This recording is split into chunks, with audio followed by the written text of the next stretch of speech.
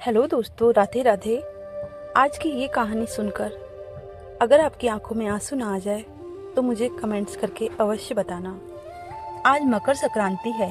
आसमान रंग बिरंगी पतंगों से भरा हुआ है और चारों ओर वो काटा की आवाजें गूंज रही है। छतों पर हंसी है, गलियों में गीत है, लेकिन इन सब के बीच सावित्री का मन बिल्कुल शांत नहीं बल्कि बिल्कुल सूना है।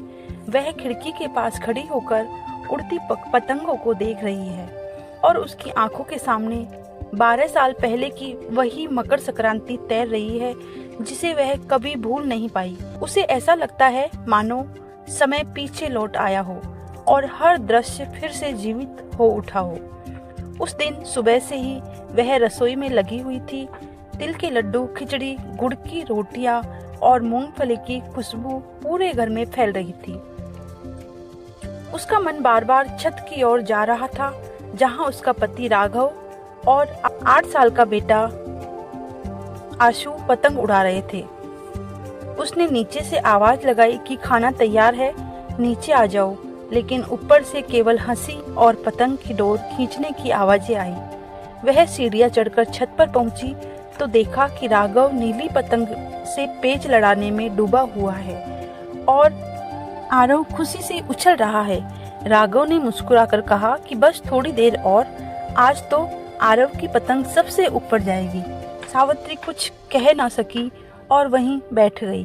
तीनों ने छत पर ही बैठकर खाना खाया और आरव बार बार अपनी पतंगों की ओर देखता रहा। थोड़ी देर बाद उसने जिद की कि आज वह अकेले पतंग उड़ाएगा। राघव ने उसके नन्हे हाथों में डोर थमा दी और पतंग हवा में लहराने लगी। आरव की खुशी देखने लायक थी।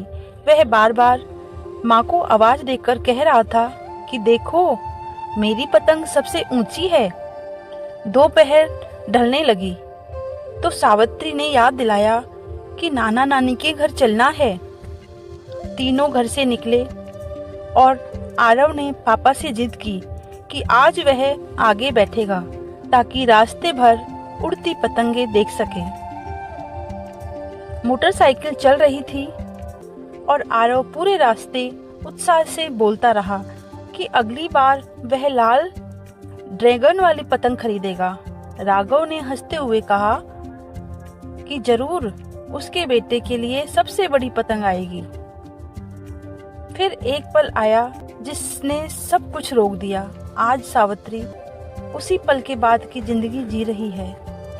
आरव अब उसके सामने नहीं है, लेकिन उसका दिल किसी और बच्चे की सास बन चुका है। वह बच्चा जिसका नाम रोहन है और जो जन्म से हृदय रोगी था। डॉक्टरों ने जब अंगदान की बात रखी तो सावित्री का दिल टूट गया था, लेकिन उसी टूटे दिल से उसने हिम्मत जुटाई और राघव का हाथ थामकर सहमति दे दी। कई महीनों बाद आज पहली बार सावित्री रोहन से मिली। उसने उसे अपनी बाहों में भरा और उसके सीने पर सिर रख दिया।